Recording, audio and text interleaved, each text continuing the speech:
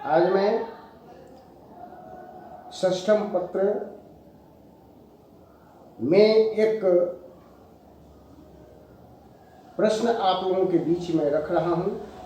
चिंतन चालू है, जो व्यंग्यात्मक स्वरूप के रूप में इस पर हम लोग अपना व्याख्यान प्रस्तुत करेंगे। यह हिंदी साहित्य के अंतर्गत व्यंग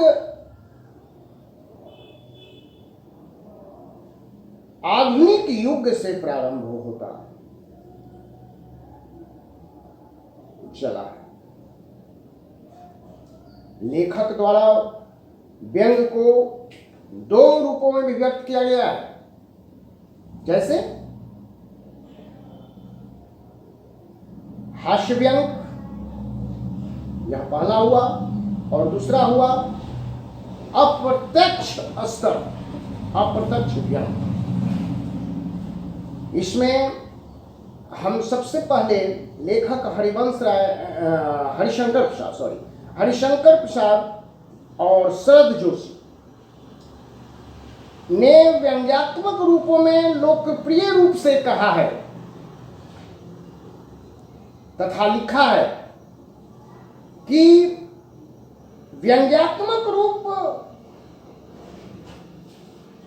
सत्यायिक द्वंद्व हिंदुस्तान धर्म युद्ध आदि में हमें विशेषकर देखने को मिला। यह किसका लिखा हुआ है? यह हरिवंश प्रसाद और शरद जोशी जी का लिखा हुआ है। उसी में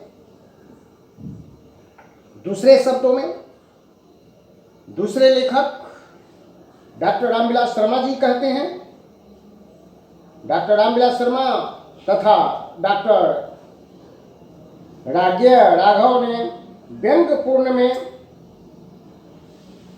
समीक्षात्मक पूर्ण रूप से लिखे हैं और कहे हैं, जिसमें अनेकों प्रकार से हमें खींचातानी जो देखने को मिलता है। किसी भी शब्द को हम आपस में बात करते हैं, उसमें खींचातानी जो आपस में होता है दो लेखकों के बीच, दो कवियों के बीच, तो कुछ विद्वानों ने इस पर व्यंग्यात्मक रचनाएं जो लिखा है, जैसे आपको नामवर सिंह का नाम हम लेंगे, जो व्यंग्यात्मक स्वरूप के बारे में किताब का नाम बकलम खुत, उनकी लिखी हुई रचनाएं किताब हमें देखने को, व्यंग्यात्मक पुस्तक देखने को मिला है। माधव जी की लिखी हुई किताब है खरगोश के सिंह, जिसको आप देख सकते हैं, पढ़ सकते हैं। अमृत राय का लिखा हुआ है जो आपको देखने को मिलेगा गोबर गणेश।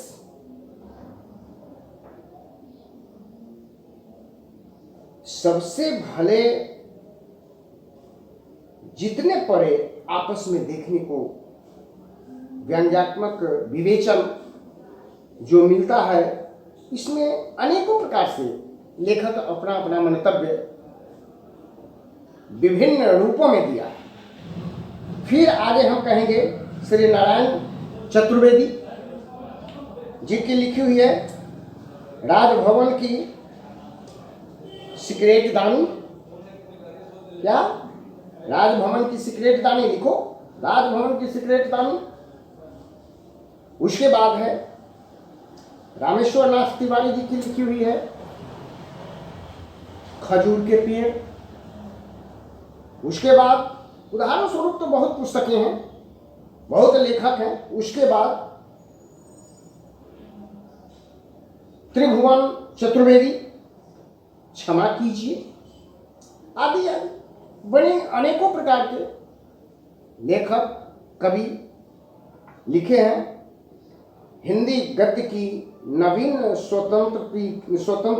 स्वतंत्र काल में इसका विकास पूर्ण रूप से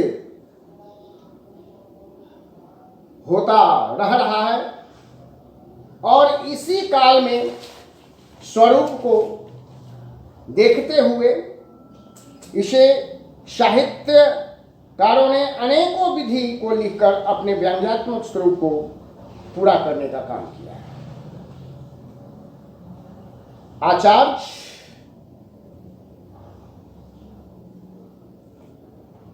कुंतक जी ने वक्रोक्ति अलंकार को सिर्फ एक ही नहीं अनेकों काव्य की आत्मा कहकर विवेचित किया है। डॉक्टर गर्ग ने व्यंग और सदाचार को एक माना है। इसके पश्चात काव्य शास्त्रियों ने शब्द को 3 भागों में विभक्त किया है। भारतीय आचार्यों ने व्यंग सदाचार को हास्य के रूप में हास्य के अंतर्गत माना है। लेखक भरत मुनि ने व्यंग के मूल धर्म के रूप में पाखंड के चित्रण को स्वीकार किया है। आधुनिक हिंदी साहित्य के अंतर्गत भारतेंद्र युग के व्यंग्य युग लेखकों के द्वारा कहा गया है। व्यंग्यात्मक परिहास की रचना भी उसी समय किया गया है जब समाज का राजनीतिक स्तर नीचे गिर जाता है। भारतेंद्र के जमाने में सांस्कृतिक देश का स्वरूप विडंबना पूर्वक बनाया गया, जिससे व्यंग के उत्पन्न होने की चेष्टा की गई है। इस रूप में अनेकों प्रकार के लेखकों ने अनेकों रूपों से व्यंग पर अपना विचार प्रकट किया है और विचार को प्रकट करते करते इस दशा को आगे बढ़ाया है। बस